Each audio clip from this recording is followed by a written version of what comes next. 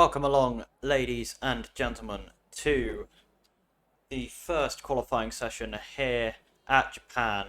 Unfortunately, this week I am not going to be joined by David, as unfortunately I believe he has just tested positive for the dreaded illness. So unfortunately, he will not be around this week. I'm sure that there are going to be some people who are disappointed by that, but unfortunately, that is how it's going to be at this moment in time. First out on track is the Ferrari man here, AMG. Behind him, I believe we've got Simon Casera, indeed it is, as Simon Casera goes for a big old spin there. Reverses it into the wall, not ideal. In fact, I think both of the Ferrari boys are out with each other. We've got Alexander Karstoff and AMG just behind each other there.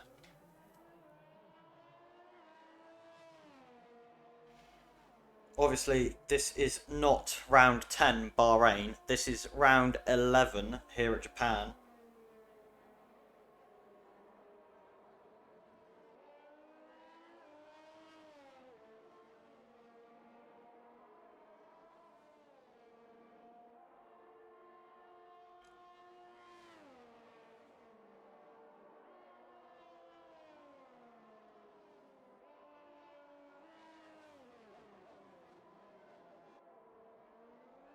So we've got quite a few cars out on track now. Behind these guys, we've obviously got the three Ferraris. Let's just hop on board here with Alexander Karstoff for the first lap here at Japan. Braking literally after you've hit the first apex. You want to be full throttle all the way through. Misses the apex on the second part of the first turn there. You want to just clip these curbs. If you can ride them well, you'll find time. But they are known to cause you to have a little spin, as he does go for a spin, does Alexander Karstoff on his first lap. Very unfortunate for him. He needs to get back on track, but he also doesn't want to block Olsen's on an outlap, so that won't matter, thankfully. So let's hop on board with, AMG. Here we go. Up now to the hairpin. Little right-hand kink beforehand makes braking difficult. He's on the grass. He's very deep. Yeah, he lets Simon Casera through, and then he spins and he's out. AMG out of the session already in the Ferrari, having lost that front wheel. Not ideal at all there from him.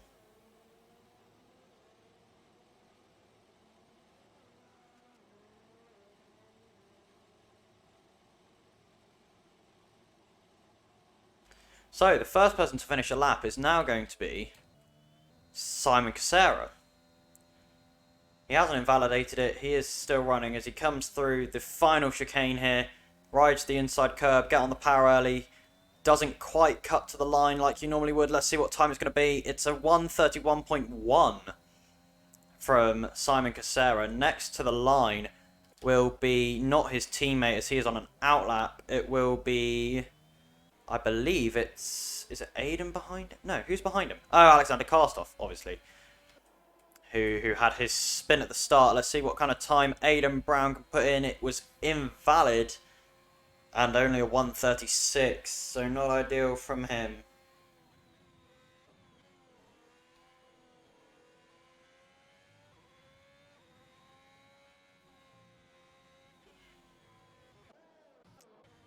Here we go. E2 Koskinen goes second with a 1:29.7.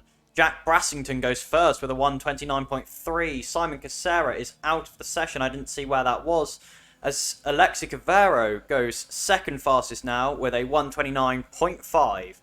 So 2/10 separating first and second, and 2/10 separating second and third.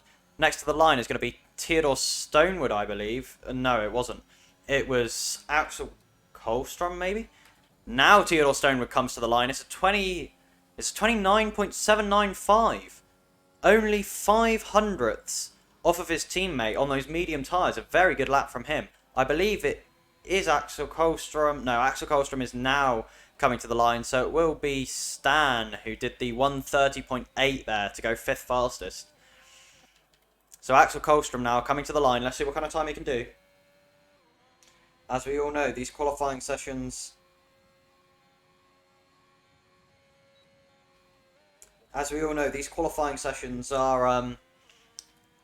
are very intense here at VRL. We have a lot of drivers who are very, very close on pace.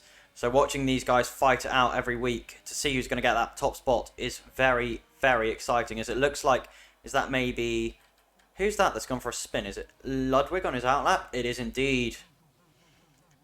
Ludwig has gone for a spin on his outlap. Thankfully stayed out of the way of the Haas driver of Axel Kohlstrom as he went past. We've missed a couple of laps here as Alexander Karstoff has gone 5th fastest. Good result for him with a 1:30.508 on 2-lap old tyres. I think Aidan Brown also did a second lap. He's done a 1:30.654 there. Not too bad from him. As who was that that's just gone? Was that Stan that just went 5th? Yeah, I believe it was. Stan's just gone 5th with a 1:30.404. He's now slowing down. Axel Kohlstrom goes fastest through the middle sector. He is quick here. He's quick. Let's have a look. Down through the final chicane. Brakes late. Takes the inside curb at both parts of the chicane, as you normally would. Keeps it stuck to the inside line here. Let's see what time it is from Axel Kohlstrom. It's a 1:29.321. Only 3 thousandths of a second separating those two. 3 thousandths. That is incredible. Who have we got now coming to start a lap? I believe we've got...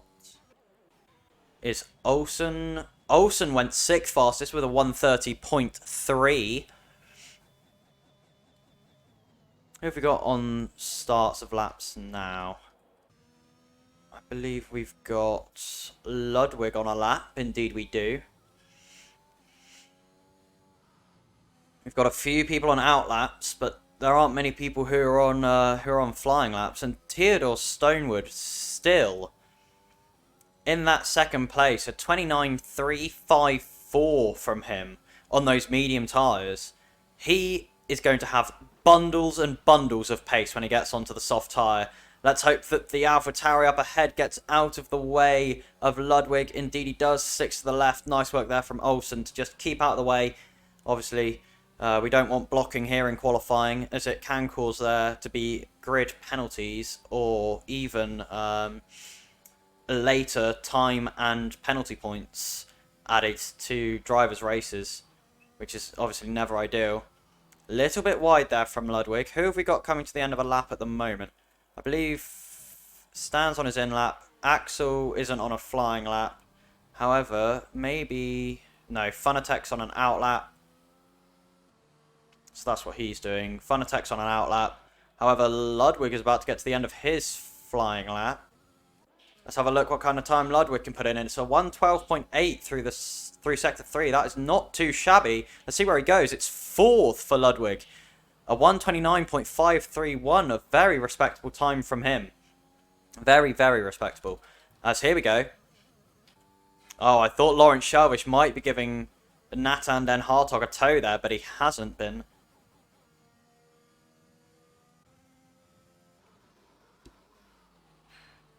There's Nathan Den Hartog coming to the end of his first flying lap. Oh, it's not been a great lap from him. It's not been a great lap at all. It's a 31.2. Issues there for Nathan Den Hartog on his first lap of the session. As Lawrence Shelvish, one of our regular top spot fighters, is now cruising along to start his first flying lap of the session.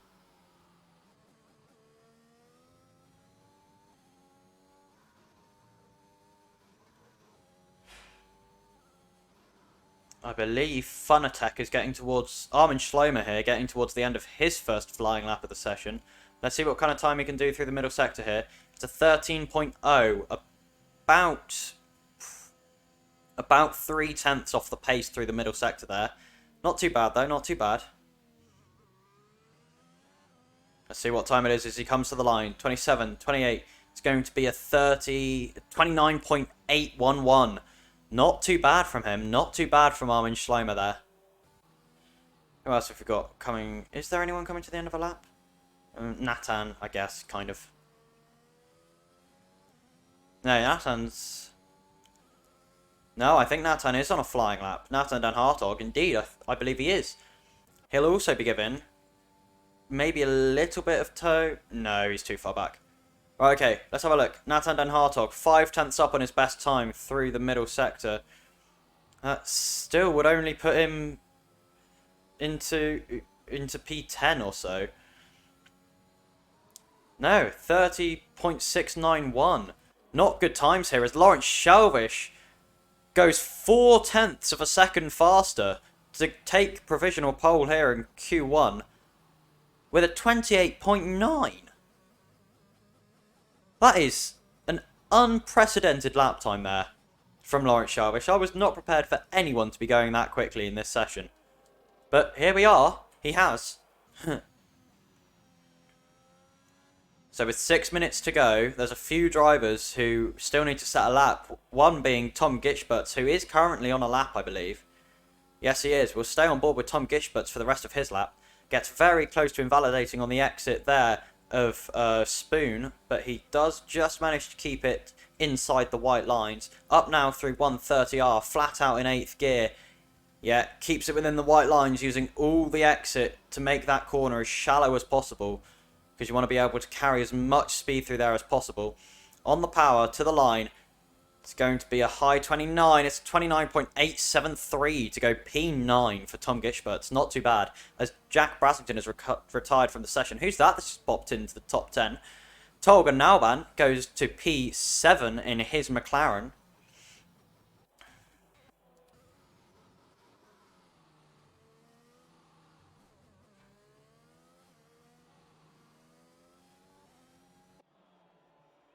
So Jack Brassington has retired. He believes that his lap time will be good enough to get through to the next part of qualifying, which I expect it will be. Who else have we got out on track at the moment? Why is Axel Kolstrom on an out lap? I don't believe that he needs to go again. Is he on worn tyres? I think he might be. I think he might be on scrubbed tyres. Just to see if he can get more time out of the car, maybe. I'd be impressed if he can. A little bit of a slide there. Not ideal. As Cameron Wynn... No, he's only just started his lap as Theodore retires from the session. Clearly he believes that his time is good enough on those mediums. He's got a lot of pace in the bag. If he can start on mediums here, it could be a very, very good strategy for him. Nearly an invalidation there for Axel Kolstrom. Not that it matters, as he is very quick here. Armin Schleimer goes 7th fastest with a 29.6, finding 0.2 in his lap time. Very good lap from him. Coming to the line now, we've got, no, Tolga Naubant's boxing. Stan, I believe, is on a lap. He's gone green in 2 sectors. Let's see what the end of his time is. It's a 10th up. Is he going for another flying lap? I believe, yes, he is. Have we got anyone else coming to the line? Not really. I don't think there are many drivers who are currently out on flying laps. Today, yeah, I don't know. Tom Gitschberts has just started his final flying lap of the session as Axel Kolstrom goes 2nd fastest on scrubbed softs with the fastest final sector. Very good lap time from him, a 29.247.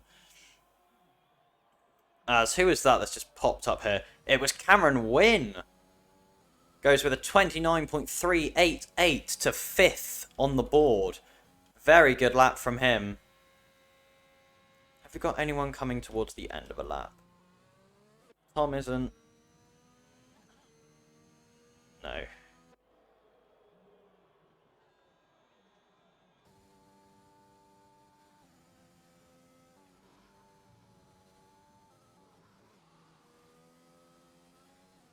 So I think the next driver to cross the line is going to be Tom Gitschberts.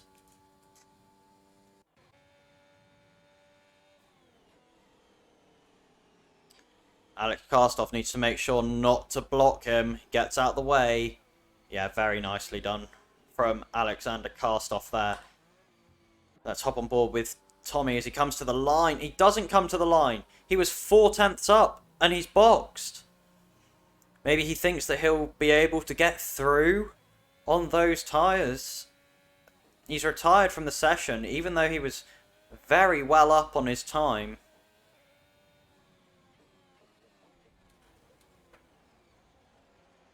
As Stan goes straight on through the S's here and retires from the session whilst on track. Could cause issues as Alexander Karstoff goes for another spin. Through the same corner again. He's gone for another spin.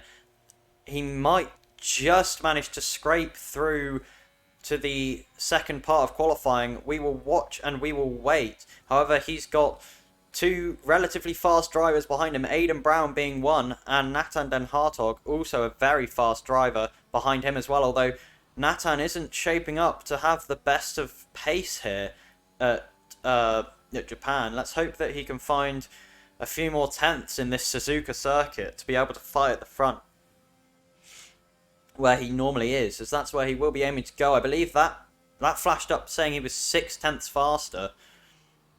That would put him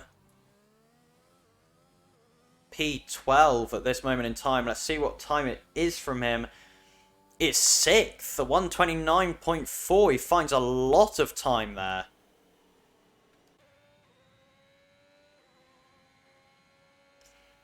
Now Aidan Brown, he only needs to find a 10th and a half. He's 7/10 up. Alexander Karstoff, it's not going to be good for him. He's going to be knocked out of this Q1 session as long as Aidan Brown can keep it together through these final few corners. Gets on the power nicely. No wobbles. It's going to be very clean from Aidan Brown here. It's a 29.702 to get through into Q2.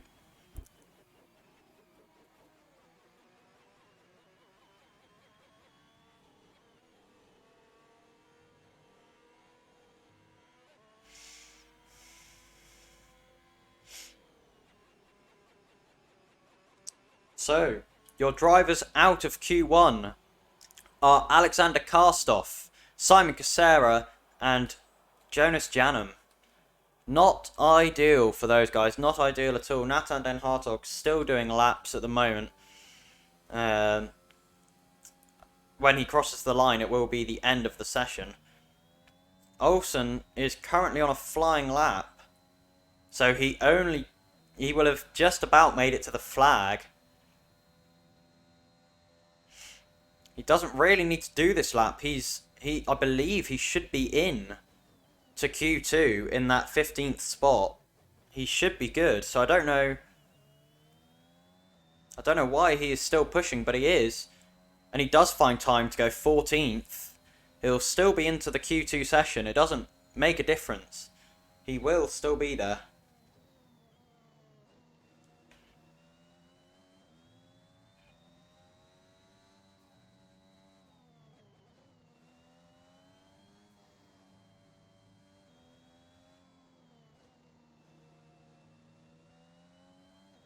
And it is very, very tight at the moment here in VRL. From P6 to P13, we've got just about... Oh, it's just about 4/10 of a second. Just under 4/10 of a second covering Nathan Den Hartog in P6, all the way down to Tom Gitschberts in P13. Very, very little time covering them at the moment.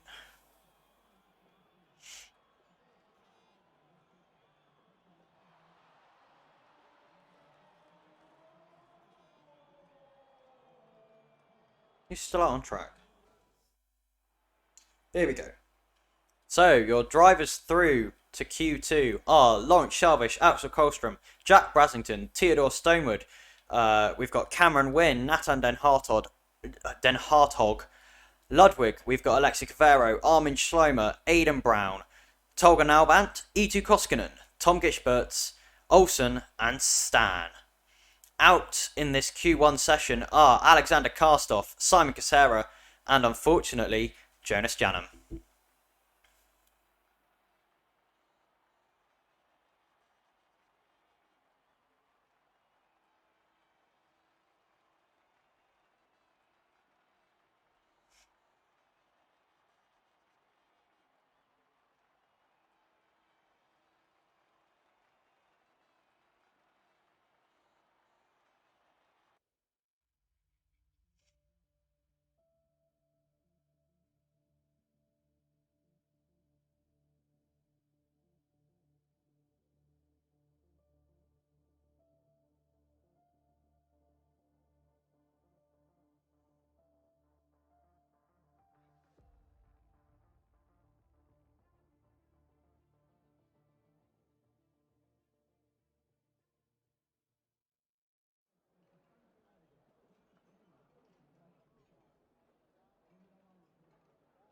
So here we go at this Q2 session. Drivers are going to have the best part of 14 minutes to go out and get their lap times in once they are out of the pits. Let me just get up the information here. It's going to be interesting to see who's going out on mediums to try and start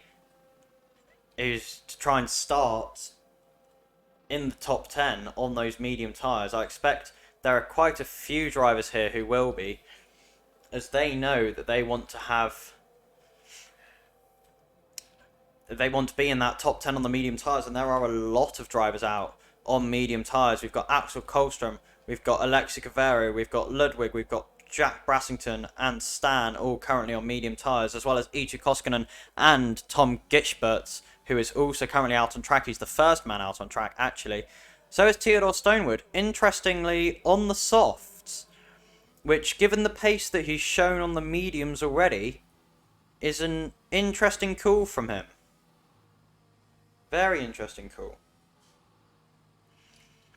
I believe he'd have the pace to get through to the top 10 on the medium tyres, so I don't know why he thinks the softs are going to be better, especially at a track like this. It is somewhat high tyre wear, so it's not going to be ideal for him. But the first person to the line will be Tom Gitschberts in that Williams to start his first flying lap of Q2. Then behind him, I believe, we have the Aston Martin of Lawrence Shelvish. Indeed we do. Then behind that, we've got Ludwig, I believe. Ludwig, then Alexi Cavero. Then we've got the Mercedes. That will be of Theodore Stonewood, I believe. Indeed it is. Then behind him, we've got the other Mercedes of Eetu Koskinen. Then it's Aidan Brown. Let's ride on board with Tom Gitschberts for his first full flying lap here. Turn 1. Flat through the first apex, braking just after, trail brake all the way into the second apex, on the power early. Very nice there from Tom Gitschberts. You can tap these curbs if you want, but it's a dangerous game to play, and he indeed does steer wide of those curbs, knowing that there's not time to be found from touching them there. A little bit of a slide through the final part of the S's. Oh, very, very wobbly from Tom Gitschberts there. Not quite the same amount of grip as he was expecting. Obviously, very different grip levels when you're going from the soft to the medium tyre. He was expecting there to be a little bit more grip through the S's than there were here at Suzuka.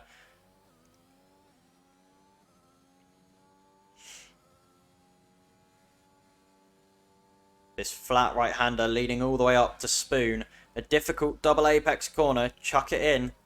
On the brakes again down to 4th gear. You don't want to touch that inside curb either. He's a little bit wide on exit. Not quite perfect there from Tom Gitschberts, but he's going to keep on driving it up to 130R. Let's see what the sector time is.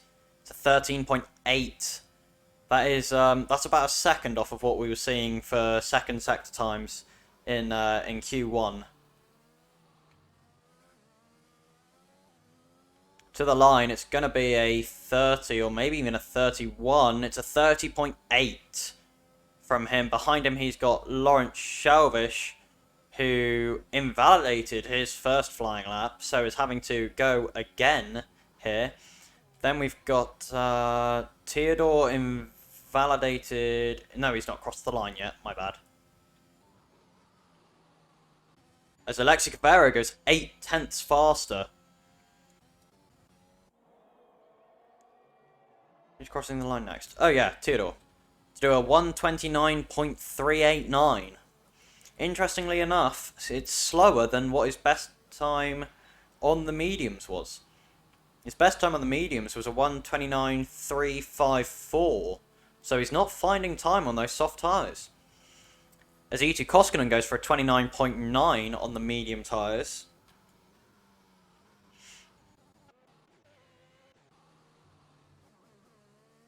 Nathan Den Hartog coming to the end of his first flying lap. He is on the soft tyres. It's going to be a 129.920 from him. Aidan Brown also comes in with a 38.6. Not a great lap from him. We've also had Olsen cross the line for a 130.355. Next to cross the line, I believe, will be... Yes, indeed it is. It's Cameron Wynn as he goes to second with a 29.664. Also on the soft tyres. Tom Gitchbert's coming to the line again, but it's not going to be an improvement from him. Whether that was a cooldown to go for another push, indeed, it looks like it will be. So he's going for another push lap here on those medium tyres as Tom Gitchbert's expecting that he'll be able to find time. Axel Kolstrom goes for a 29.2 on those medium tyres.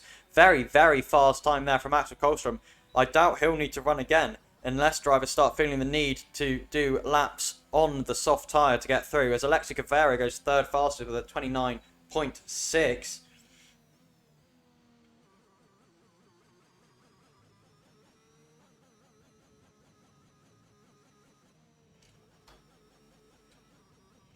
Ludwig has also popped in there to P7 with a 1:30.1. Decent time from him. Oh, I forgot to come to the end of a lap. Here we go. Aidan Brown on the soft tyres needs to find a lot of time. And he has. It's going to be a 30.1. Only 8th on those soft tyres for Aidan Brown. Not ideal. Not ideal at all.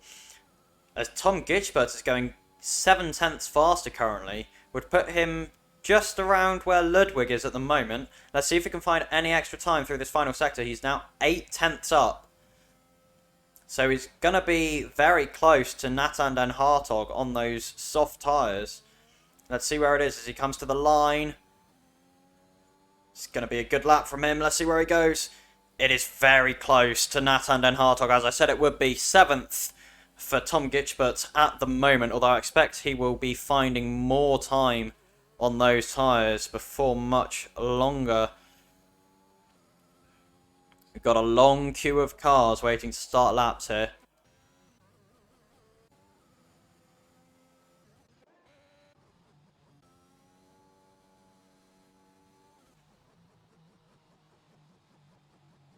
As it looks like Ludwig is going for another lap. We've just had Jack Brassington pop in a 29.607 on those medium tyres. Very good lap time from him to go to P3. I believe Ludwig crosses the line. He's 21 seconds slower. Clearly a cool-down lap for him, and then he's going to push again to try and find even more time on those tyres. As Eetu Koskinen now goes third fastest with a 29.520 on 3-lap-old mediums. Clearly the pace is coming to them on the second or third lap on these medium tyres. So if drivers want to run these medium tyres, they need to be out of the pits and starting to do laps before too much longer, because clearly the pace is at the very end on these tyres.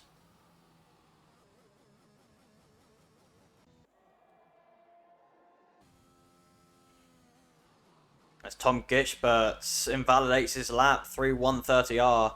Not ideal. He will be needing to find more time than that. I think it may have been his in-lap anyway, as he was much slower. Yes, it will have been his in-lap anyway.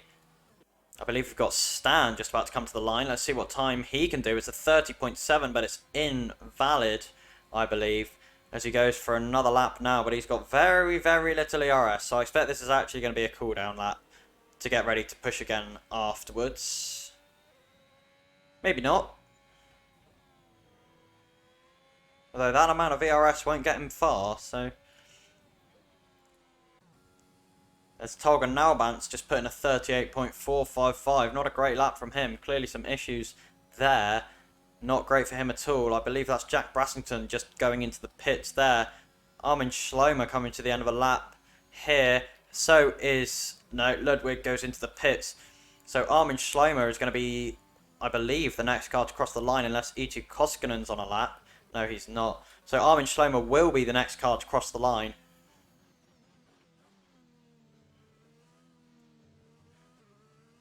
I don't believe he's on an in-lap. No, he isn't. It's not going to be a great time from Armin Schlomer. It's a 30.2. Very close to being in the top 10, but not quite, as Lawrence Shelvish does a 29.1 on those medium tyres. That will quite easily see him through to Q3 with, I expect, very little issue, although there are a lot of drivers lining up now with brand new soft tyres on. So it could be interesting coming to the end of this session. As now Stan through the final corner. It's a 30.6 on those mediums, only 14th for Stan. Not ideal, not ideal at all. And he purposefully DNFs at T1.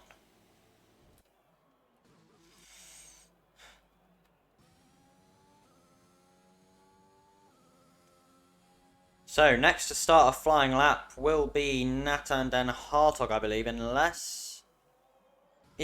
No, Cameron wins on an outlap. So yeah, Nathan Den Hartog will be the next driver to start a flying lap. I don't believe that Lawrence Shelvish is currently on a flying lap. No, he's not. So Nathan Den Hartog will be next to start his flying lap. He might be going for a double push here. It would have to be... No, he might be able to fit in a cooldown lap in between to recharge the battery. He might just go straight for a double push. We'll see what happens. A little bit loose through the first part of the spoon curve. Through the first part of the S's even. Thankfully, because the next corner goes to the right, it's kind of okay if you get a little bit loose, because when you correct, it automatically puts you on the right line for the next part of that little S section here at Suzuka. It says he's gone fastest through Sector 1. I don't expect he has, except he is 2/10 up on his personal best time, which currently wouldn't make any difference to his position. Needs to find a little bit more than that, but he won't as he's gone round. Wing damage there for Nathan Den Hartog. You can see that it's come off against the wall. That's going to be it for Nathan Den Hartog. He won't have time to box, get a new wing on, and go back out again now. So I expect that will be all we'll see of Nathan Den Hartog, unless the drivers behind can't improve enough to knock him out of the session. Although I expect they will be able to, disappointingly for Nathan.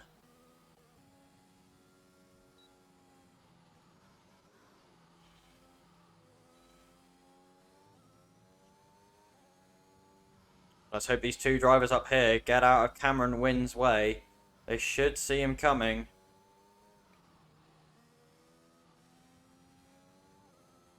Yes, they do move out of the way. As we come to the timing line at Sector 1, he's nearly, exactly, almost a 10th up on his time. Which currently would move him to 5th position. And he would definitely be safe with that time, I would suggest, unless everyone around him can also improve. A lot of people staying in the pits now, clearly not wanting to start on those soft tyres. They want to start on the mediums.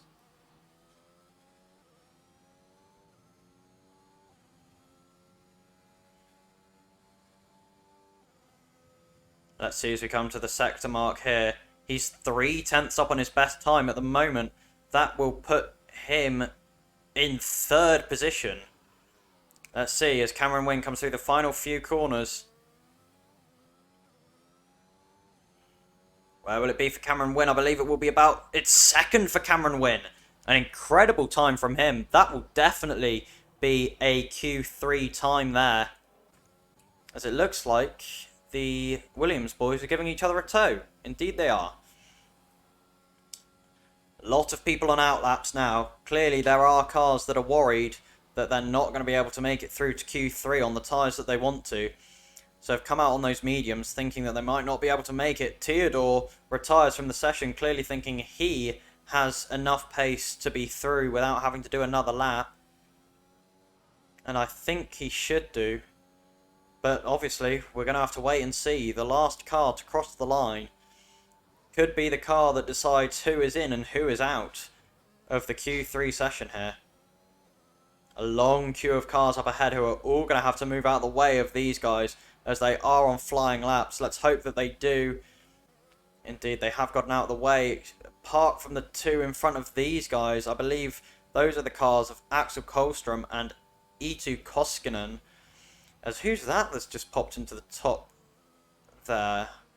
Didn't quite see who it was, but they've all moved down. It was Tolga Nauban, who's gone 8th with a 29.808.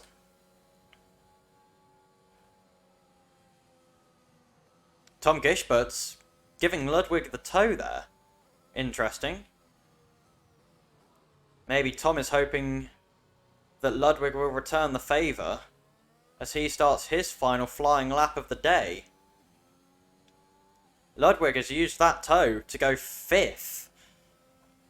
Today, Tom... I tell you what... My bad, he's not today, Tommy, is he? He's blimmin' Tom Gishberts. If Tom Gishberts doesn't improve enough, he could have just taken himself out of this session. as Ludwig completely cuts the corner. Tom isn't going to get any slipstream from him. That's interesting. That is very interesting. And it looks like Alexi Cavero has moved up to P4, just about overtaking Theodore Stonewood.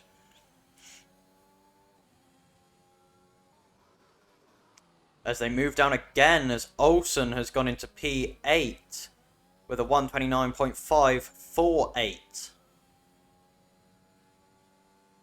Jack Brassington, currently down in P9, needs to find a lot of time here.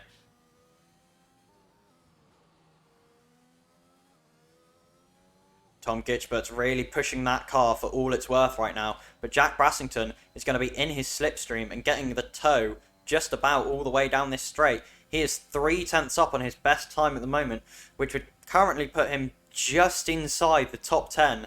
Whether he will stay there, well, he should, as he's the only driver currently in the bottom 5 who is on a lap. As he comes to the line, Tom Gitchbert's, it's going to be 6th for him. Jack Brassington pits. Clearly, yeah, he knows that he's through, so it's going to be good enough for him. I mean, no one really needs to finish their laps anymore. Everyone is safe. And Lawrence Shelvish and I believe Axel Kohlstrom are going to be the only drivers to start on medium tyres in the top 10. Apart from maybe Eetu Koskinen as well. And I don't know what time Jack Brassington did his first... Let's have a look, shall we? Let's...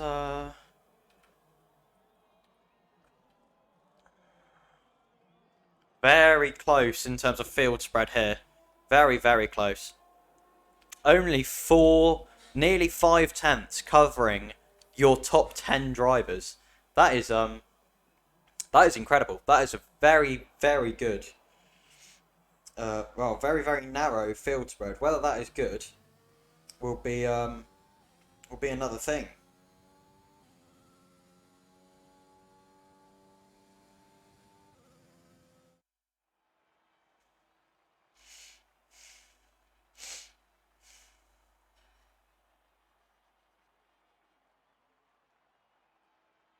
So your drivers through into Q3 are Lawrence Shelvish,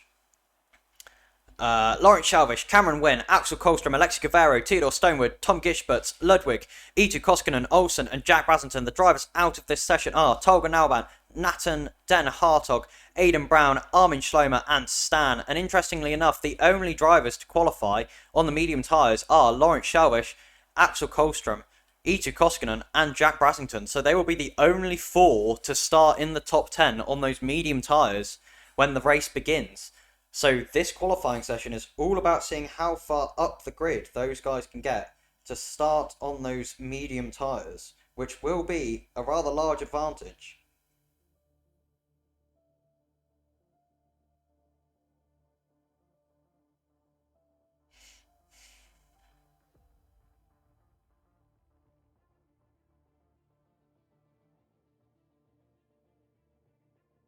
And what I forgot to say is that the Williams drivers put in the exact same lap time.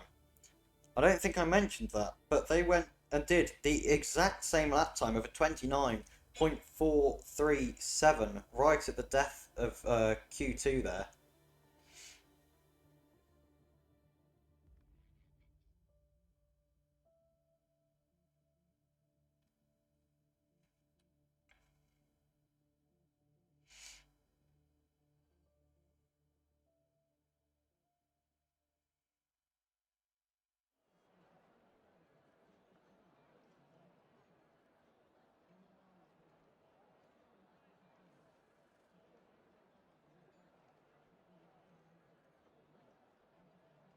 So here we are for the Q3 session.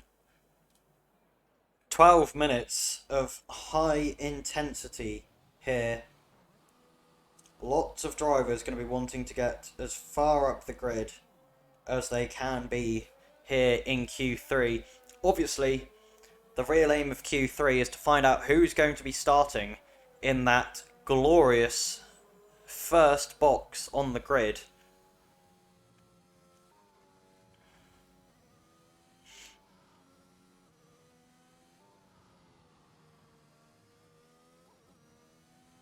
Here at Japan, that first grid position is on the left-hand side of the track, on the clean side of the track, as it is the racing line as you go into turn 1 to stick to the left-hand side.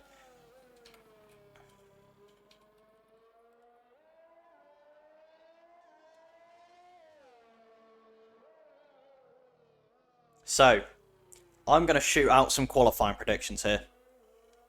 I'm going to go P1, Lawrence Shalvish. I reckon he's got the pace. P2, Axel Kolstrom. P3, a little bit of a controversial choice here, but I think I might be going for Cameron Wynn. I think he showed a lot of pace round here at the moment and could well be into that P3 position. The problem is that there are a lot of drivers who are going to be fighting at the sharp end of the field here. Drivers like, you know, Lawrence Shalvish, Axel Kolstrom are the obvious ones. Theodore Stonewood as well. Jack Brassington. Alexi Cavero is up there quite regularly as well. So it's going to be very interesting to see who can get to the top here in this qualifying session. So the first driver on a flying lap is Tom Gitchberts, followed by Theodore Stonewood. Then we've got Jack Brassington. Then behind them we have, I believe that is that the Mercedes? Yes, it is. The Mercedes of Ludwig. Then behind them we've got Olsen in the AlphaTauri. Then it will be Eetu Koskinen. No, it'll be Axel Kolstrom, even, in the Haas. Then it is Alexi Cavero. Then it's Eetu Koskinen. And then behind them, we've got... Who is that? Who are you? Ah, yes, Tom Gitchberts, because he's on a flying lap. My bad. Sometimes I do know what I'm talking about, I promise.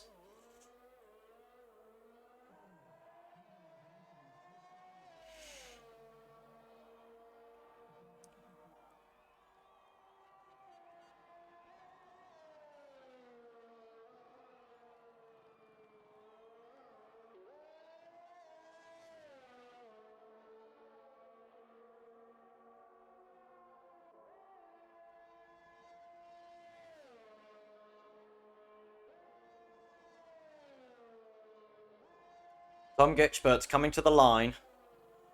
It's not going to be a flying start to the session by the looks of things. Oh no, it may well be. To the line, it's going to be a 29.6. Not rapid, but not too bad. Theodore Stonewood to the line, I reckon will beat that. Indeed he does. It's a 29.3 from Theodore Stonewood. However, I expect Jack Brassington will come and smash that out of the park. Indeed he does, with a 28.8. Then behind them, I believe that's Lawrence Shalvish coming to the start of his lap rather than to the end. The next car behind them is Ludwig to set his lap to 13.2. Not a great time through that middle sector. A little bit slidey out of the last chicane, but to the line it's going to be a 30.3 that puts him fourth out of the four drivers who have currently set time. Behind him is Axel Kolstrom. Here we go. 112.2 through the middle sector. It's pole, provisional pole for Axel Kolstrom with a 128.803 as Alexi Cavero goes for a 28.996 in the Alpine. Eetu Koskinen has boxed. Ludwig has gone for a spin. And Olsen is coming to the line. No, he's not. He is... I'm assuming he is, if I check, he'll be missing a bit of his front wing. Okay, why is my change camera button not working? Oh well, whatever. Who have we got on track? Lawrence Shalvish we've got on track. Oh, no, it is working, okay. He's gonna be getting a little bit of tow from Jack Brassington here. He lifts off. Has he done a double prep lap? He's done a double prep to try and get these tyres into the best window they can be, and now he's going to go for a push lap. This lap isn't invalid. No, he boxes. Without setting a lap time, Lawrence Shalvish boxes. He does tend to be one of those kind of one-lap wonder drivers who will put everything on the line to get the best time possible. Alexi Cavero looks like he is... No, he's not on a flying lap, is he? It looks like he might be, the way that he's chucking it in. No, he does box. Okay. Who have we got behind them? Cameron Wynn on his outlap. He'll be the next driver to start proper lapping the circuit.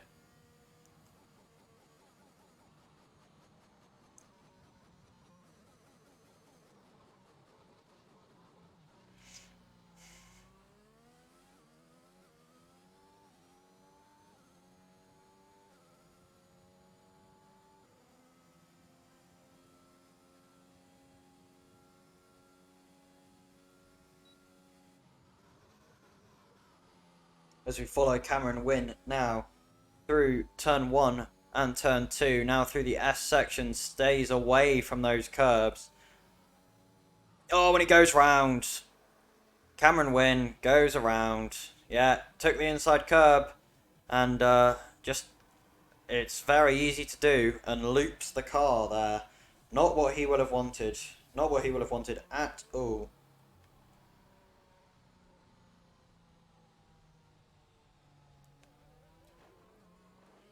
As he takes out the sign on the outside there.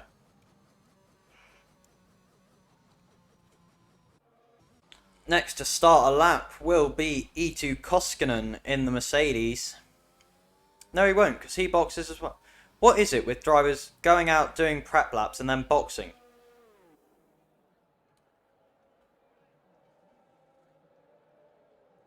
There's been a lot of people who have done that. Gone out, done laps, boxed again. Not even done a lap. Just the prep lap and have then come into the pits. Feels a little bit counterintuitive to me.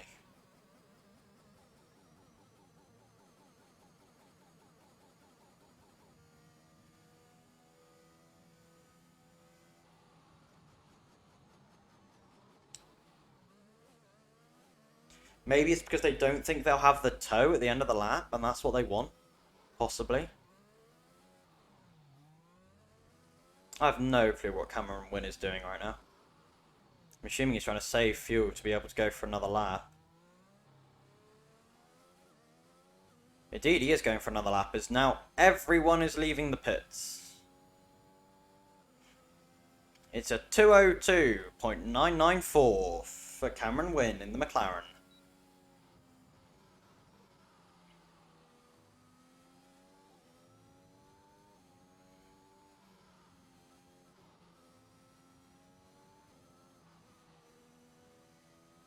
Yeah, stays away from that inside curb this time.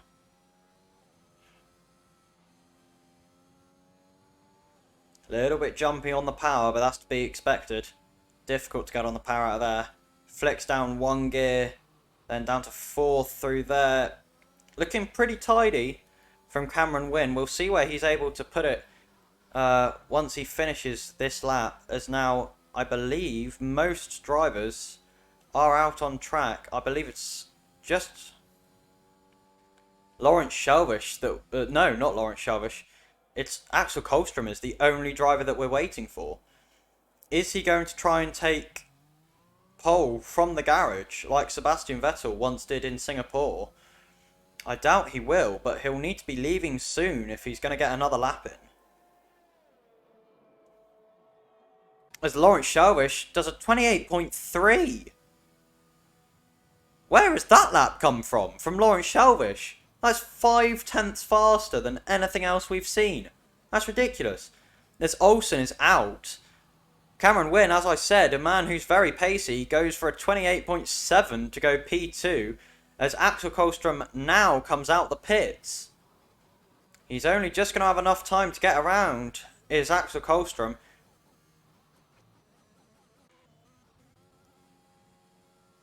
Who's next to the line? It's going to be Tom Gitchberts. He's 3/10 up on his best time. Won't take him far though. It doesn't take him anywhere, as he only finds 2/10 in his lap time. Not great from him. Jack Brassington on an outlap now. Going to be looking to steal that pole position if he can. That's going to be what he's aiming for.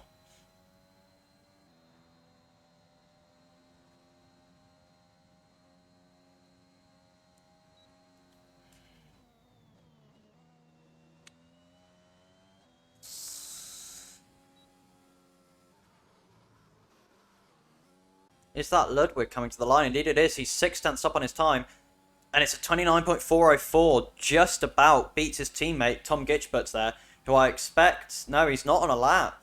And he's not going to be able to get to the end of a lap before that 40 seconds is up. I don't expect. He might just be able to, but he's going to have to get a shimmy on. In fact, I don't expect he'll be able to, as he should be pulling out of the way for Jack Brassington before too much longer. Lawrence Shalvish retires in the pit lane. He knows that he's not going to be able to get another lap in. Axel Kohlstrom as Alexi Cavero goes round through the S's. Not good for him. That would have been his final flying lap that he would have been attempting there. So we won't be seeing another lap from him now. We will be seeing another lap from Jack Brassington, who is right in the toe of Tom Gitchberts. He's been helped massively there by Tom Gitchberts. But even with the time that he's finding, it will only be P2. Tom Gitchberts giving Jack a massive toe there. A massive toe. And he does go second with a 28.5. As now I believe we've got Theodore Stonewood goes 6th on the line with a 28.883. Next to the line is going to be Ludwig. He isn't on a lap though, I don't believe. No, he's on an in-lap. So it won't be an improvement for Ludwig. He'll stay where he is. He invalidated, I expect, through the first few corners then. And therefore is not going to complete this lap. Axel Kohlstrom, however, is going to be completing his lap. He is 3/10 up. This is going to be very, very close with Jack Brassington for P2. Axel Kohlstrom to the line. Hugs it tight. Let's see where he goes. It's P2. It is P2 for Axel Kohlstrom with a 128.431. I believe that was Choco crossing the line with a 29.163. He doesn't improve. However, Alexi Cavero boxes. So that is it, ladies and gentlemen. That is the end of Q3. Your man on pole is Lawrence Shalvish with a 128.384. Then we've got Axel Kohlstrom, Jack Brassington, Cameron Wynn, Alexi Cavero, Theodore Stonewood, Eetu Koskinen, Ludwig, Tom Gitchberts, and Olsen to round out your top 10.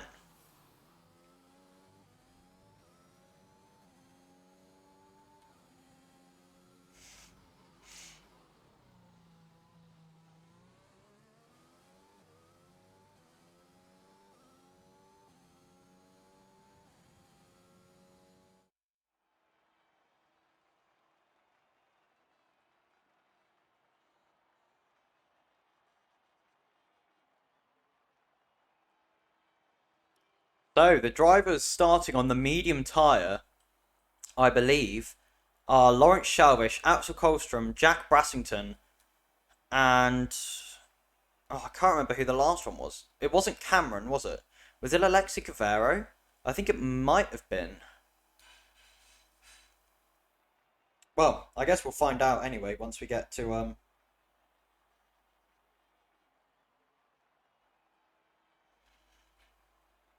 I guess we'll find out when we go to the race, which will be starting in just a couple of minutes.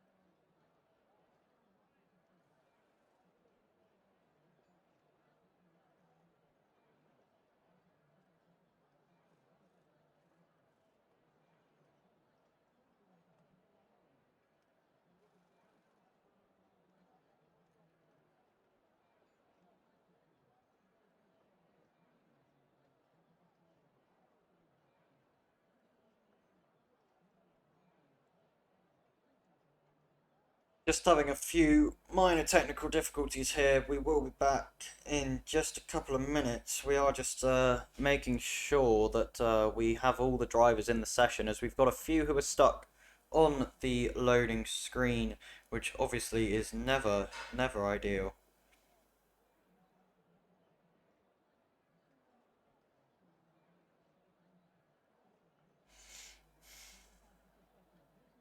Here we go.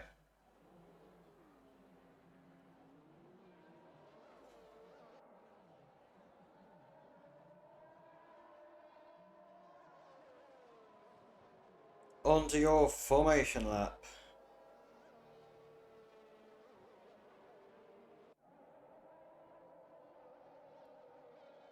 The formation lap here.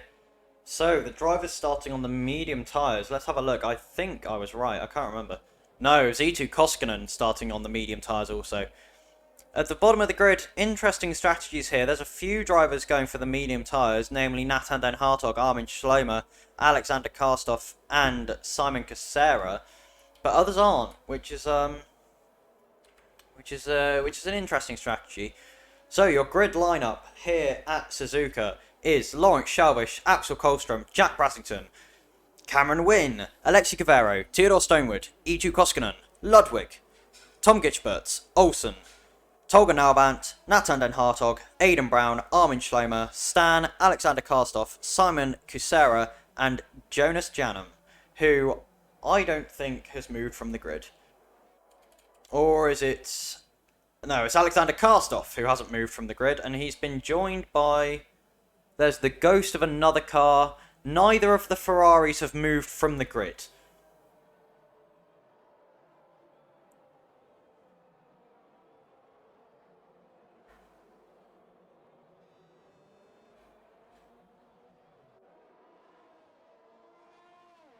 Neither of the Ferraris have moved from the start-finish line, as Lawrence Shalvish appears to have been teleported back. Not ideal for him, as I believe that is Cameron Wynne, who is building a little bit of a gap to the cars in front. Wants to have warmer tyres at the start, which is it's totally allowed.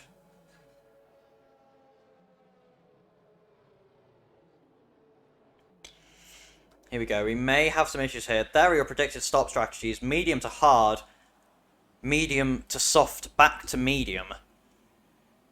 I expect we might see drivers going long on the mediums.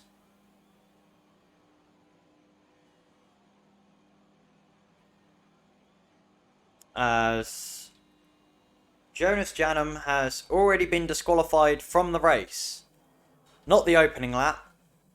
The whole race, I think. Maybe. We will wait and see. I have a bad feeling that we're going to be stuck in a never-ending loop of waiting for this to load.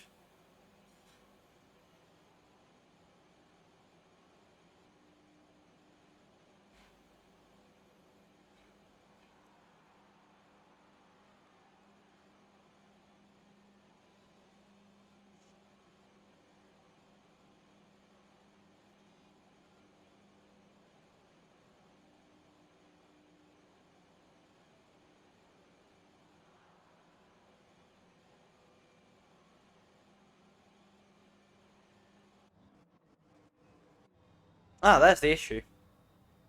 As Alexander Karstoff now gets underway to do his whole lap to the grid.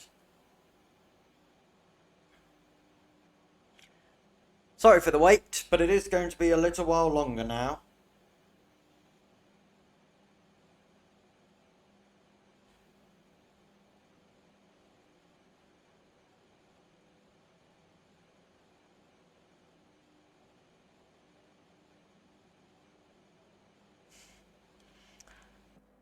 Oh. Okay. Oh.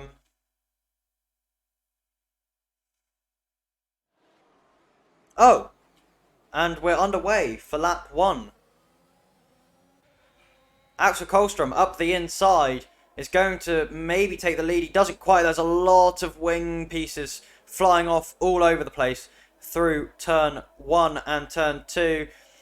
Axel Kohlstrom is, I expect, just going to edge ahead. Indeed he is, as now Jonas Janum is disqualified from the session for parking in a dangerous location. He didn't move off the grid. Jack Brassington also almost goes around the outside, gets a little bit squeezed there by Lawrence Shelvish, but it was clean. He did have a lap. He did have a gap of a car's width to the outside, so it will be fine there. Further down the grid, we've got, Ludwig going for a spin. Tried to go for the move up the inside. Did not work at all. That drops him down to the back of the grid. We've got Aidan Brown trying to make a move on, I believe that is Theodore Stonewood. He is going to be ahead, is Aidan Brown. Indeed, he is ahead. Very nicely done there from him. As now Theodore Stonewood might have... He does have wing damage. That's why he's getting overtaken left, right and centre. He's going to have to box to repair that wing damage very early. Not ideal for him. Alexi Cavero getting very close to the back of Cameron Wynn. Looks to the inside but doesn't go for it. What was that? Okay. As Axel Kolstrom sets the fastest lap of the race, Jack Brassington is going to go for the move on the inside here of Lawrence Shelvish. As they come through, Lawrence Shelvish does stay ahead. I believe, indeed, he does stay ahead in that particular battle. As both Tom Gitchberts and Theodore Stonewood are in the pits, both onto new medium tyres. They're going to be needing a safety car if they want to make any sort of progress in this race. Alexander Karstoff in P13, already 3 seconds off the back of the car in front of him. Not ideal at all for the Ferrari driver. Looking up the grid, we have got a few close battles starting to form. The front 5 already pulling away from the rest of the grid here.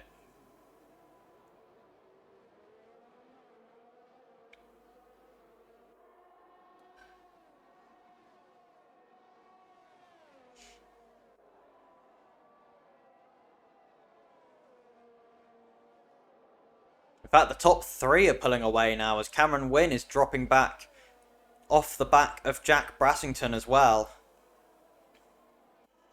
Alexi Cavero is closing in on Cameron Wynn. Is he going to go for the move? He sticks to the outside of 130R to get the better exit. Looks to the inside. Goes to the inside. Oh, it's squeezed a little bit there.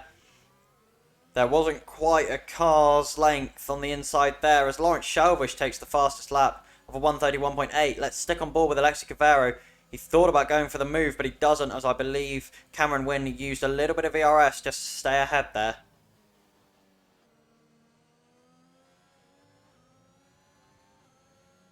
As Simon Casera gets a 5-second penalty for speeding in the pit lane.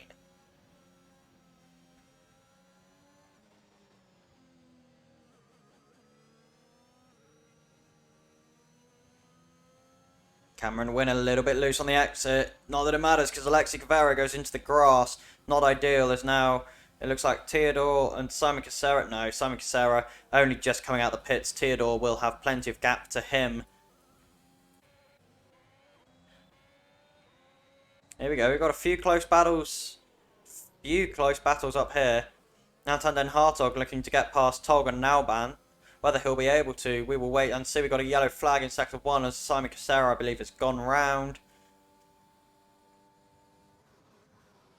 And the gap between the top 3 and P4 is now 2 seconds.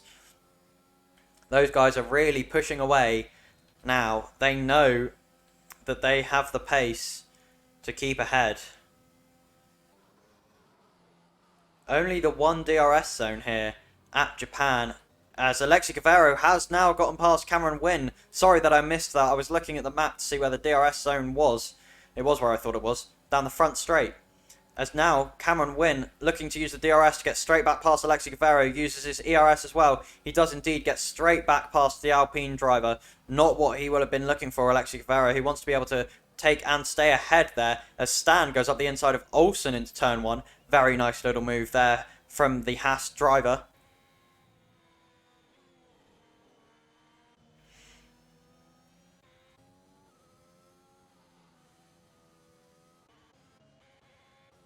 Nathan and Hartog very close to the back of Tolga Nauban here. not going to be long before he is looking to get past Tolga Nauban, who is dropping off the back of E2 Koskinen quite a bit, even though previously it's been seen that they have quite similar pace, so not ideal there. No one making any moves into the hairpin, although it does tend to be one of the preferred places to pass if you can stick a wheel up the inside.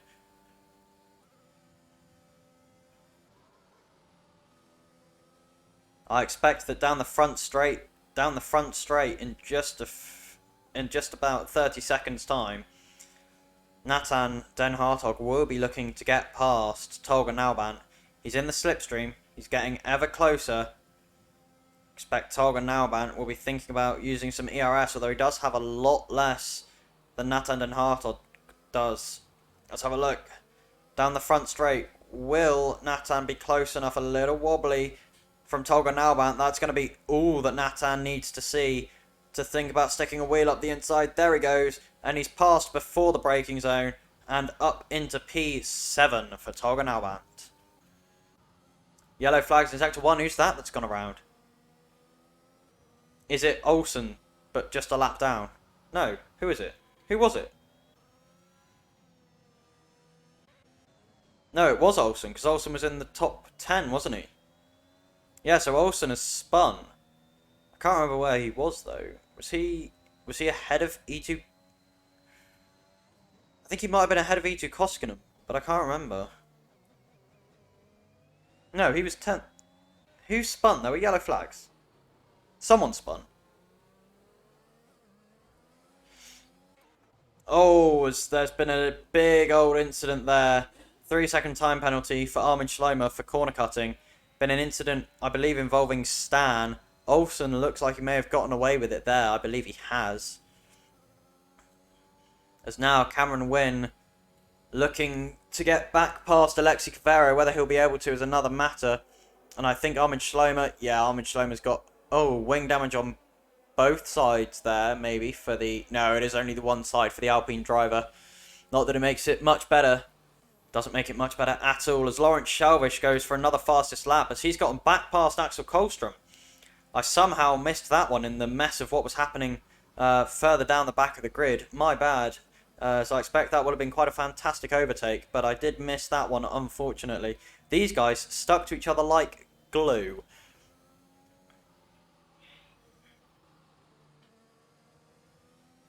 Cameron Wynne nearly close enough to Alexi Cavero to think about the pass into turn 1. He wasn't quite, though. As in the pits, we've got Ludwig and Armin Schleimer both having boxed, as Simon Casera has DNF'd out of this session. That may have been who we saw the yellow flags for in Sector 1.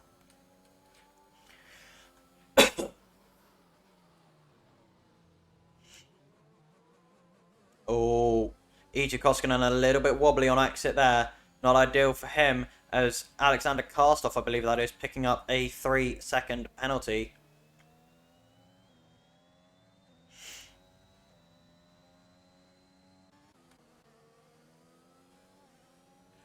Nathan Den Hartog getting very close to the back of E2 Koskinen, but equally E2 Koskinen isn't too far off the back here of Cameron Wynne.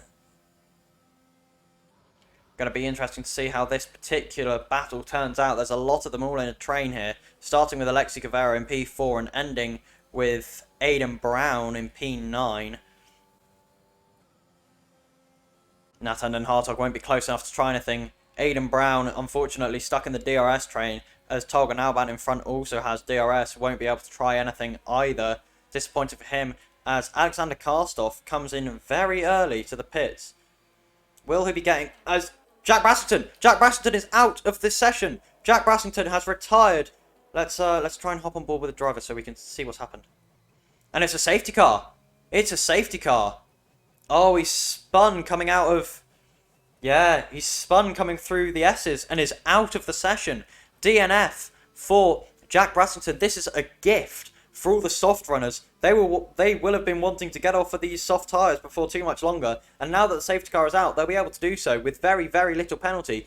This will do a lot of damage to the guys who started on medium tyres. as they will have lost a lot of time due to not being able to box when they wanted to.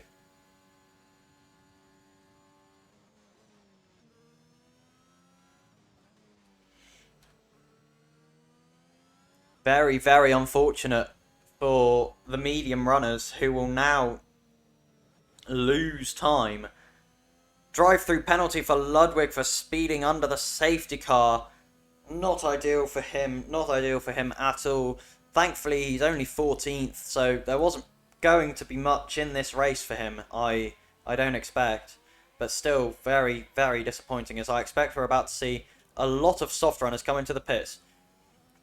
Nathan Den Hartog stays out on the soft. Interesting call from him. Pretty much everyone else boxes. Axel Kohlstrom has boxed off of the medium tyres to go for the hards, possibly to the end of the race. Will that work for him?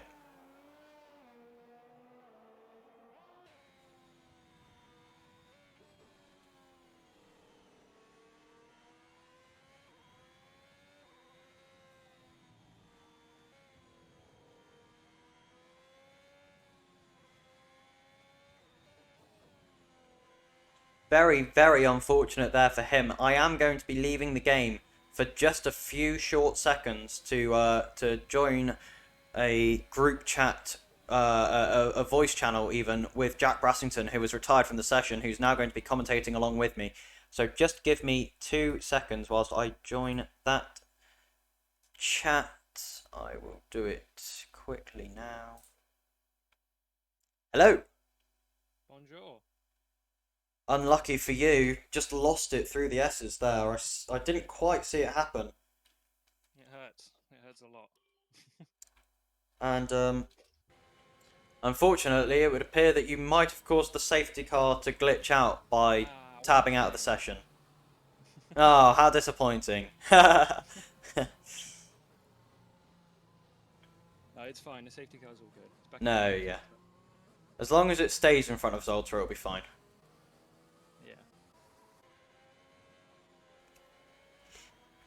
So, Axel Kohlstrom in P4 started on the medium tyres, boxed for hards. He'll be trying to go to the end on those tyres. That's the good strategy. That's what I would have done if I didn't crash. Yeah, if it wasn't you who caused the safety car, He should be on the hards anyway. They'll easily go to the end, I think. Yeah. Yeah, I reckon they should. The interesting choice here is Nathan Den Hartog, who stayed out on the softs. Which want to try and hold up Axel, I believe. Yeah, to try and really get Lawrence Shalvish to to ideally get Lawrence Shalvish the win here. So that is going to be Nathan Den Hartog's job, is basically just going to be the Minister of Defence. Going to be pulling a Sergio Perez here. It's going to be very tricky for Lawrence to win this race now, from this situation.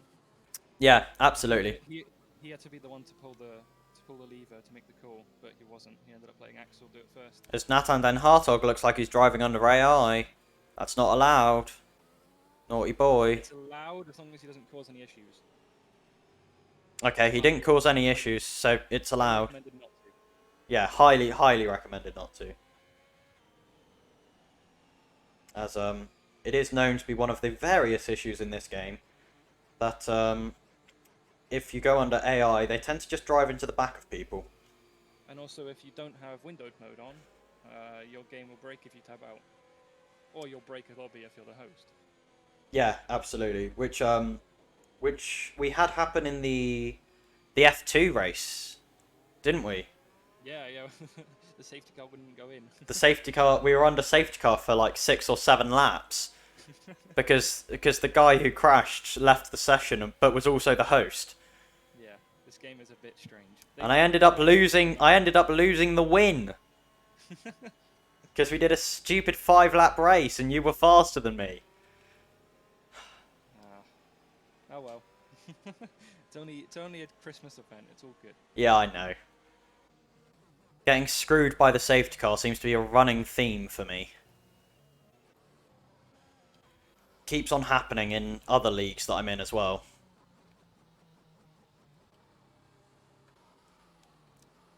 Everyone now warming up their tyres. How is Nathan on mediums? I am not sure. I will check. How how has that happened? Stop. He didn't stop, and he started on the softs. Oh, no, no, no. Are you sure he started on the soft? He He's not def the top 10. No, he started. It said softs. Well, that's a great restart from Lawrence. Yeah, absolutely. He's nailed it. Dropped E2 Koskinen. He's just absolutely gone. E2 Koskinen has no response for that. Although I think actually Nathan may have started on the mediums, so it will have been my timing tower that was bugged out, not Nathan's tyres. So it does make sense that that he's staying. As we've got a few overtakes further down the field, Alexander Karstoff going around the outside of Ludwig into turn 1. And also we had Tom Gitchbert going past Armin Schleimer. Armin Schleimer having lost a lot of time because he... Oh. The track there and he got a penalty. Yeah, Alexander Karstoff getting a 3-second penalty there. And... He's gone off track again. Oof. Yeah, not ideal from the Ferrari driver. He's had a tricky season since coming up to Tier 1. Yeah, he's found it a little bit more of a step than he was expecting it to be. Hopefully he'll be able to, you know, develop and hone his skills, and he'll be good to continue running. I believe he's also currently driving on controller, from what I remember. Yeah, I believe. He's not really for a controller player. No, I believe If you know how to use it, he's almost spun again. I believe his wheel broke, so he is.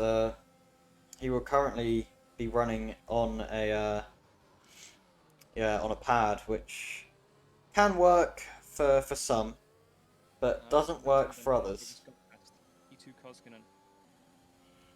Yep, Nathan Den Hartog does indeed go past E2 Koskinen, as Lawrence Schalvish sets a new fastest lap of 1:31.7, and Ludwig is coming to the pits. I don't think Nathan did his teammate any favours there because he gave Axel the toe to get past Choco. Sorry, E2 Koskinen. Yeah. I don't know though, because now it's all going to be about the holding up game from Nathan Den Hartog. The problem is that to do this well, Nathan will need to hold him up by probably about 10 seconds for the overcut to be worth it from Lawrence Schalvish. And I don't... He's going to have to go into the hards as well, because I don't think the softs will last long enough, unless he takes them to lap 20. Yeah, and I mean, there's a possibility that he could. I don't think that... Lawrence definitely doesn't have the best tyre saving in... I disagree with you. Really? Yeah, I think his tyre saving is very, very good. Oh! E2 Koskinen goes round in the spoon curve. Oh, it was a big crash, I think. Yeah. Yeah, there's been an incident as well with Tolga Naubant has sympathy spun as well. I believe everyone's out of it without damage. I thought I saw a crash, but it might have just been Tolga spinning afterwards. I think it was Tolga spinning afterwards. Went across the track. Thankfully, he ghosted before anyone hit him.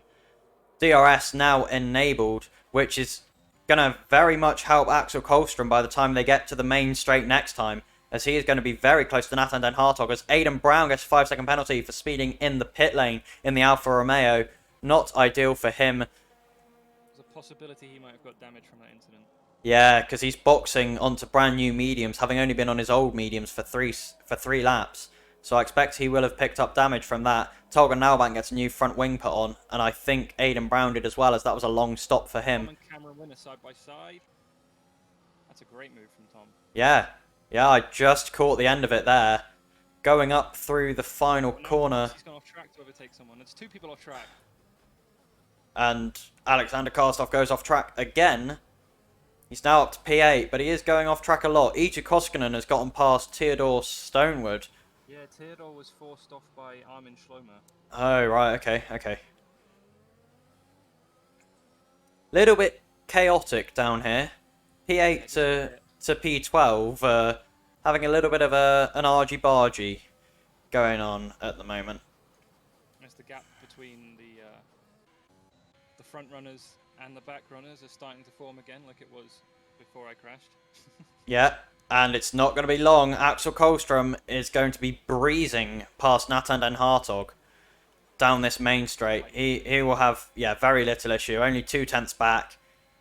Nathan Den Hartog defends the inside, then goes back to the outside, but Axel Kolstrom is going to be passed before the braking zone, and that is exactly what Lawrence Shelvish didn't want to happen. This isn't good for him. No, not at all, because that puts Axel Kolstrom in the driving seat for this race, and Nathan Den Hartog keeps it out the wall as he goes off through the S section there, clipped the inside curb, managed to keep control of the car. He has got a lot of dirt on his tyres though. Did his job against his teammate, and then he did a little sympathy spin for his teammate. Yeah, pretty much. He didn't quite spin. He managed to keep it. He managed to keep it out the wall. He didn't quite spin, but he did have a big old tank slapper. He nearly went round, but great car control to keep it out the barrier. However, those tyres are going to be screaming right about now, as they're going to be very, very warm. Yeah. That'd probably be the right time for him to stop. What, Nathan or Lawrence? Yeah, Nathan. Yeah. Lawrence Now is that. gonna have to go with it now. Yeah, Lawrence is going to have to just stick to, as Aidan Brown gets the 3-second time penalty for multiple warnings. Yeah, I mean, Lawrence is just going to have to stick with it and hope that he can take the mediums long enough that he can go onto softs at the end. But even if he can go onto softs at the end, he'll come out way down the order. Stan and Katana are not on a side by side. I think Stan got Not anymore. going up. Yeah. Axel Kolstrom set a new fastest lap. He does have the DRS. Is he going to try it up the inside? He is. Is he going to... Oh, and he spun. Don't hit Nathan. Oh, he does hit Nathan. Oh, but Nathan manages to keep it going. Stan is the only loser in that situation. That's unlucky from Stan. Unlucky. I don't know if you saw me earlier on where I was side by side. I think it was... Oh, Nathan spun. Yes, in the same place as he did last lap. Well, very similar place anyway.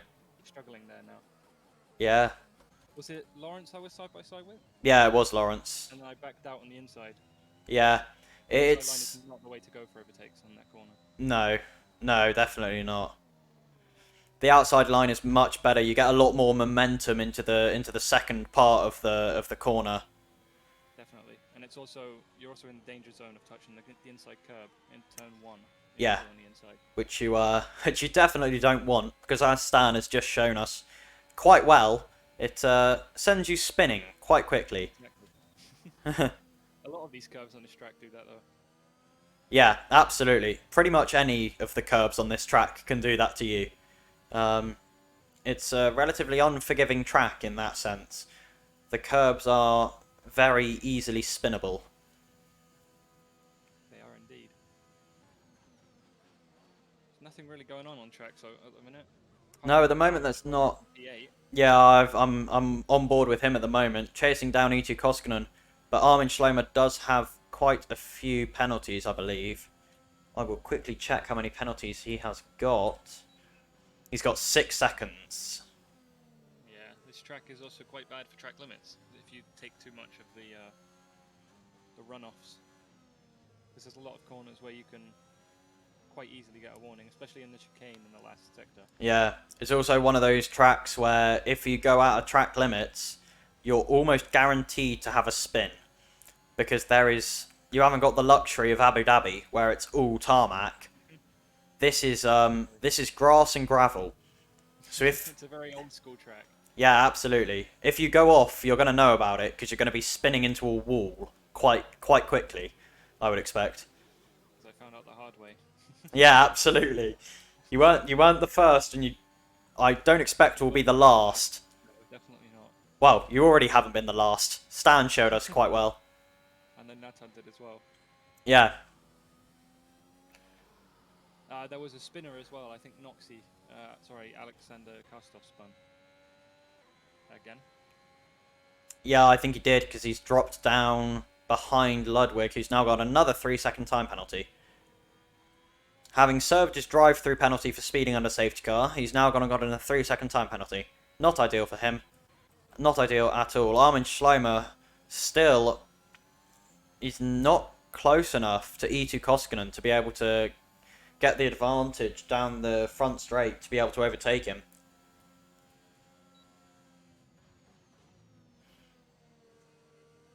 And at the moment, Axel Kolstrom is kind of just keeping that gap to Lawrence Shelvish at around 3.2, 3.1 seconds. He knows that he doesn't need to push. He's got this race exactly where he wants it. He knows that he doesn't need to push on these tyres. He doesn't need to wear them out any more than he has to.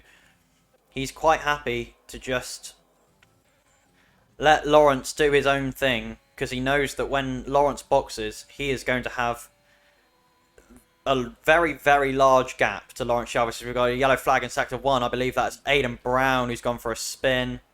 Yep, indeed it is. In the same place that you and Nathan did. It's a stab right in the heart right now. Look, I'm not trying, you know, but Armin went off track there again. I think he might have got a warning for that one. I'll just check.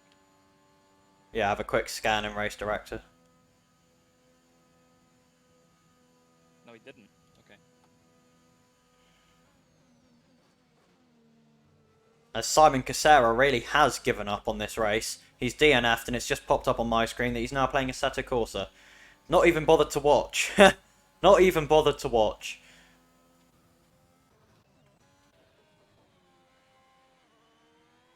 Oh, and E2 Koskinen's doing a bit of a drift in Turb 1. Oh, there's all sorts of overtakes going on here. Armin Oh, Nathan now pits. He's going to be well outside the top 10. He's going to be... Oh, will Cameron Wynn get him? Yes, he will. I think he's gonna stay. No, he might go P13. Yeah, Tolga. No, Tolga's going to be too far behind. Yeah. Okay. So Nathan needs to make up about 5 seconds to be inside the top 10 at the end of this race. It's gonna be a tough ask, especially on the hards. He's gonna have to hope for a few spins in front of him. He has got one of the. Is he on hards? He must be, or softs. I don't think the softs will last. No, the softs could last 10 laps. Yeah, he's on softs. Yeah, yeah, okay. He can do that then. Yeah. Yeah, you should be able to find that 5 seconds. He's also got a driver in front who is known for spinning. Yes, Cameron Wynn. He's already displayed it. And Alexander Karstoff. Yeah. They've both spun this race. Cameron Wynn's not known for his spinning though. No, I guess not. Yeah, no. Unfortunately, Alexander Karstoff, especially on the controller, it's hard enough not to spin when you've got a wheel round here. But especially on the controller, it's a whole nother challenge. As E2 Koskinen is coming back at Armin Schleimer, he's not going to be close enough to make the move into turn 1. He's going to have to stay behind the Alpine driver for another lap here, which is not ideal for him. The gap between Lawrence Shelvish and Axel Kolstrom did come down to about 2.8, 2.7 seconds earlier. It's now back up to the 3.2 range, which is where it had been sitting for quite a while before now. As Pushing as hard as he possibly can. Stan has gotten past Aidan Brown. Sorry, what? He's going to also have an even bigger climb than Nathan to get into the points. Yeah, absolutely. What were you saying about Lawrence? Lawrence is going to be pushing as hard as he possibly can to try and create a bigger gap, but it's not working. Question is, when does he box? Yellow flags in sector 1. I believe it's Aidan Brown who's gone round. Again. Yeah. Oh, and Lawrence pits. Lawrence does pit. Where's he going to come out? It's going to be well down the order. He's going to be behind. Could be behind. He might even be behind, yeah, Armin Schleimer and E2 Koskinen. He might come out in P8. No, no, P4. It's going to be... P7. I think P7. Let's have a look. It's going to be close. He should be able to get the power down. Yeah, he just comes out in P6 ahead of Armin Schleimer and E2 Koskinen. So, not too bad a loss as E2 Koskinen goes up the inside at turn 1. was a brave Incredible move from E2 Koskinen. Very brave to go up the inside of turn 1. That is asking for a spin, as Stan demonstrated to us earlier. As Nathan Den Hartog now puts in the fastest lap, a 1:30. I believe that was a 1:30.0. No, it would have been. Yeah, Stan beats it with a 1:30.6. Nathan Den Hartog within a second of Alexander Karstoff. He's looking to get inside the points. Is Nathan Den Hartog. Those fastest laps are going to be beaten very quickly by Lawrence. By Lawrence Shalvish, yeah. I would expect so. Lawrence Shalvish is going to pop up with a qualifying time, I expect. He has to, otherwise he's going to have no chance of getting a win. Well, yeah, he's going to have to put in... Well, I mean, there's pretty much no chance of him getting a win already. He's got a lot of time to find. Let's have a little look. Let's have a look at the gap in terms of to leader. He's got 16 seconds to find as now Aidan Brown is out. He's spun in that same place It is the safety car. again. It is a safety car. This has worked beautifully for Lawrence Shalvish. It has indeed. Axel Kolstrom The pits as well. already passed the pits when the safety car came out. He's going to want to pit this lap. Yeah, he has to. Yeah.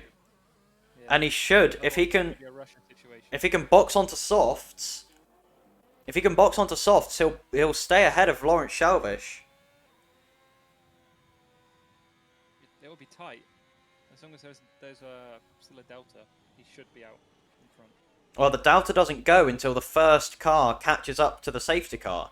But I expect Axel and Alexi Cavero will both box, which means the first car to catch the safety car will be Lawrence Shalvish. If he gets past Axel and Alexi Cavero. If he gets past, exactly. So the pit stop time is, well, it's essentially halved under a safety car, right?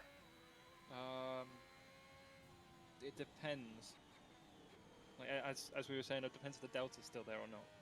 Because it's really strange in this game. It will say there's a delta and then all of a sudden it's gone. Over and over again.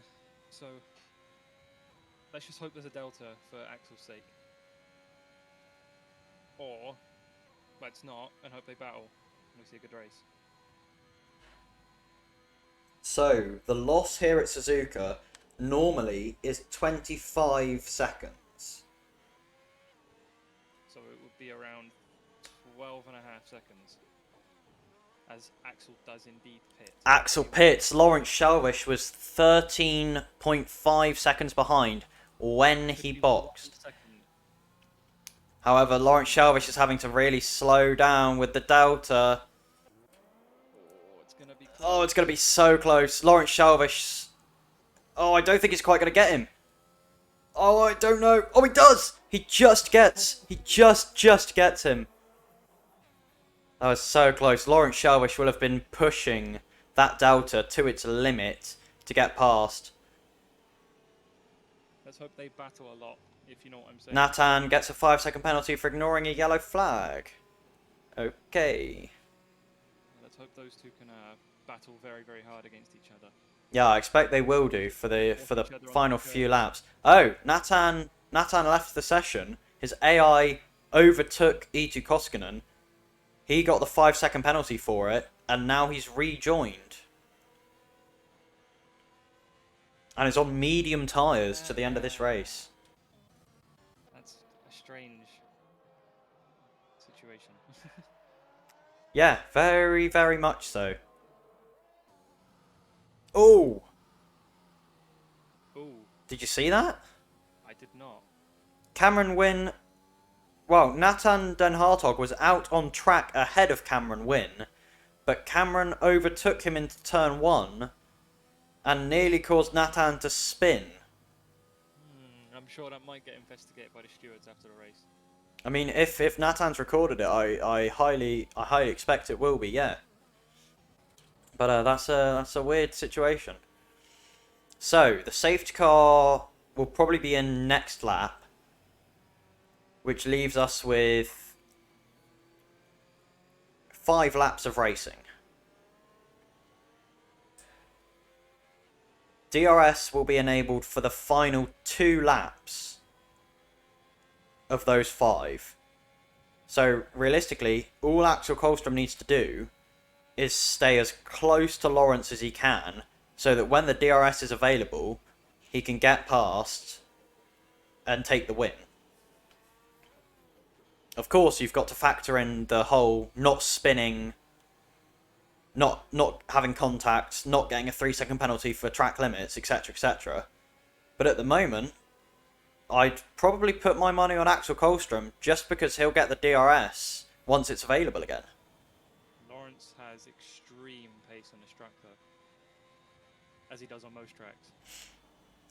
But Axel Kolstrom showed us that he can keep up with him, and in fact overtake him already in this race. He did indeed. As Armin Schleimer is an AI, as always, and also we've told him not to, and he still does it. He's probably going to the loo. You can wait till after the race. It's only 5 laps to go. And 5-second penalty. Yeah, he has, in fact, caused a collision. And unfortunately, if he's got any wing damage from that, it's going to be one of those good old suck it. Exactly. You shouldn't have been on AI. I'm sure Choco P2 can have that penalty removed. Yeah, I expect so. As now he spins on his own. That's not him. That's his teammate, who I would have put my money on. Indeed it is. But In all fairness, he's got the mediums on, so it wasn't going to be great for him anyway. Alexander Karstoff. the mediums had a stronger tyre. In my opinion, in race conditions anyway. Like, and they're also the faster tyre in my opinion. I mean, when you've only got like 4 or 5 laps to go to the end, I don't think the mediums won't be faster for the first 2 laps of that, I reckon. But after that, the pace will even out. Between them. Yeah, it is. Yeah, It is very so high slow. up in Q1 when he was on the mediums.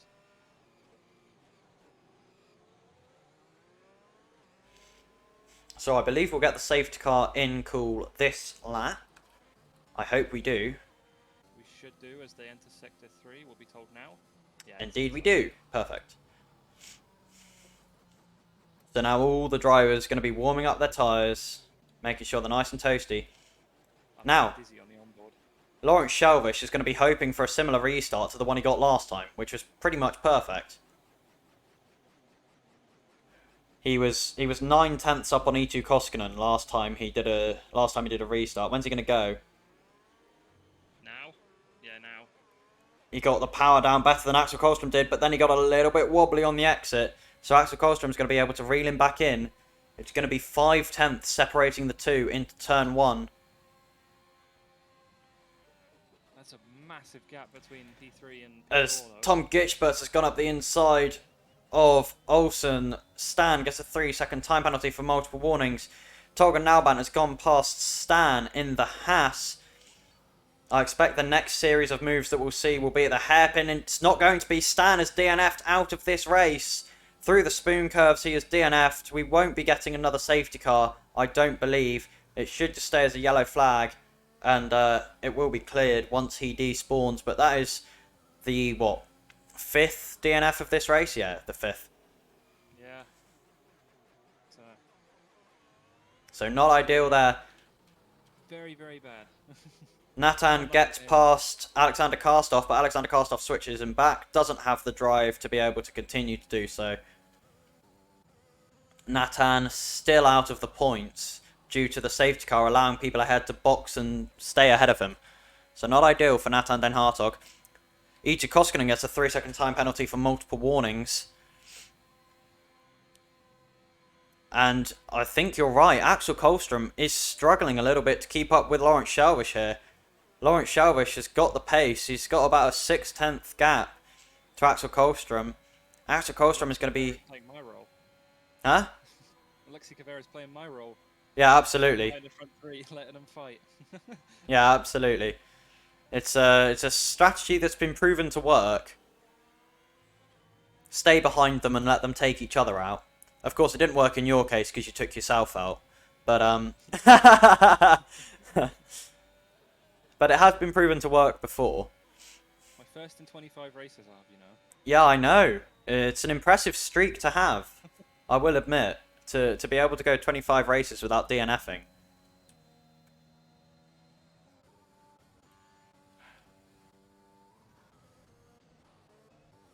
that gap between Lawrence Shelvish and Axel Kohlstrom staying at around that 6/10 mark. But obviously, once DRS comes into play, that will be a lot closer.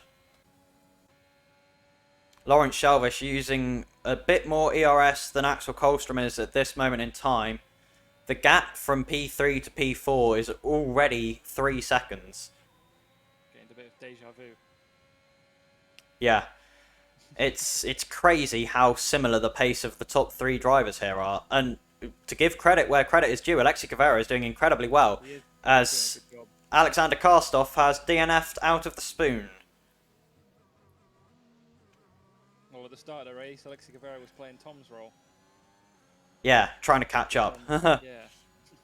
DRS is now enabled.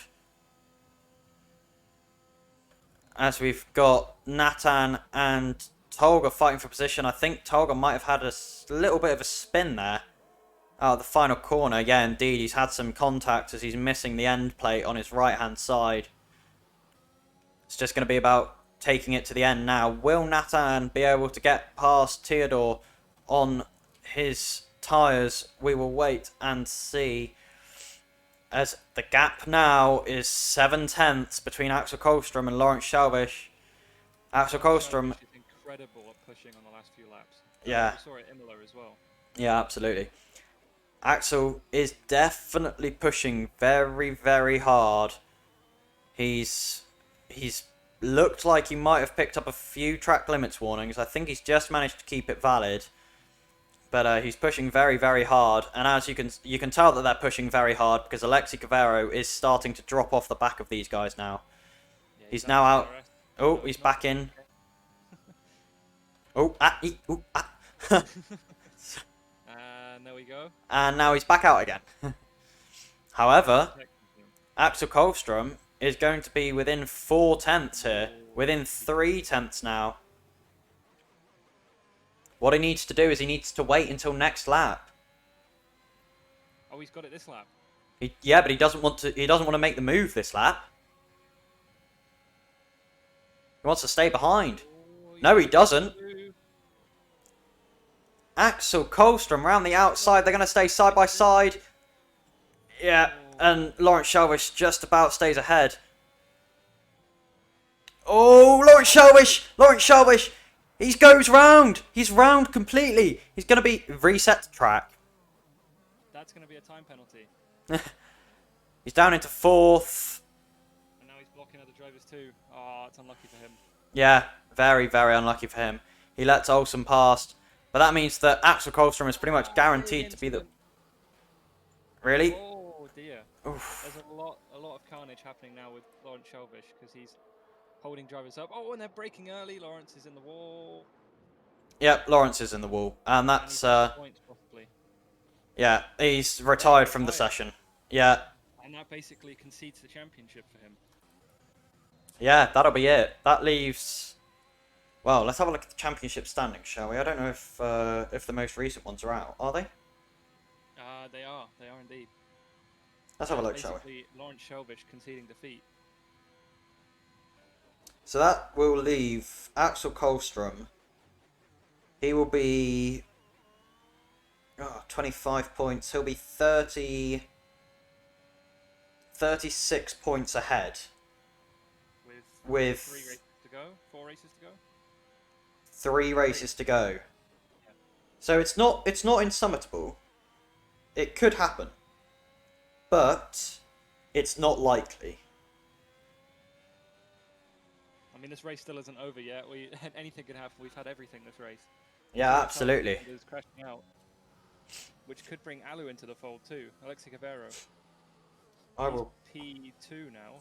I don't know whether he'll go P3 after this race. I think he'll just be behind me.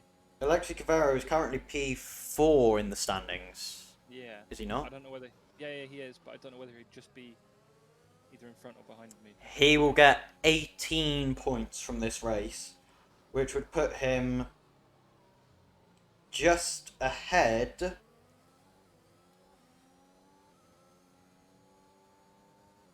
My maths is not Like great. 24 points between us or something like that. It's 25. So he'll stay behind you, but it's going to be close. He's going to be fighting for that final spot on the World Championship podium. Will anyone be able to make a move here on the final lap? I highly doubt it. Yellow flags in Sector 1. That is Tolga Nalbant, who's gone around after pitting to repair the front wing damage. Axel Kohlstrom is your winner. Alexi Cavero crosses the line in second. Tom Gitchberts is third. Then we've got Olsen behind him. Then Ludwig. Ija Koskinen goes back to seventh due to penalties.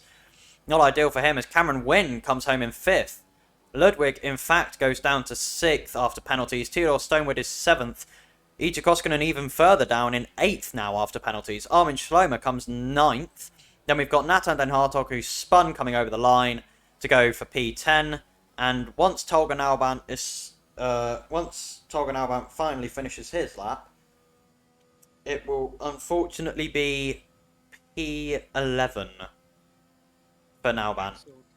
Sorry, Alexi Cavero really picking up on the scraps in this race. Yeah, absolutely. Doing a very, very good job of it. Gained 2 positions at least by picking up on the scraps. P2 in the end for him. Yeah. Very, very good result from Alexi Cavero, and as you can see in our Discord, he is very, very excited about that result for him. Very happy indeed. So here's your podium now. Axel Kohlstrom in the Haas stands on the top step. Next to him in second is Alexi Cavero, and third, I believe, is Tom Gitchberts.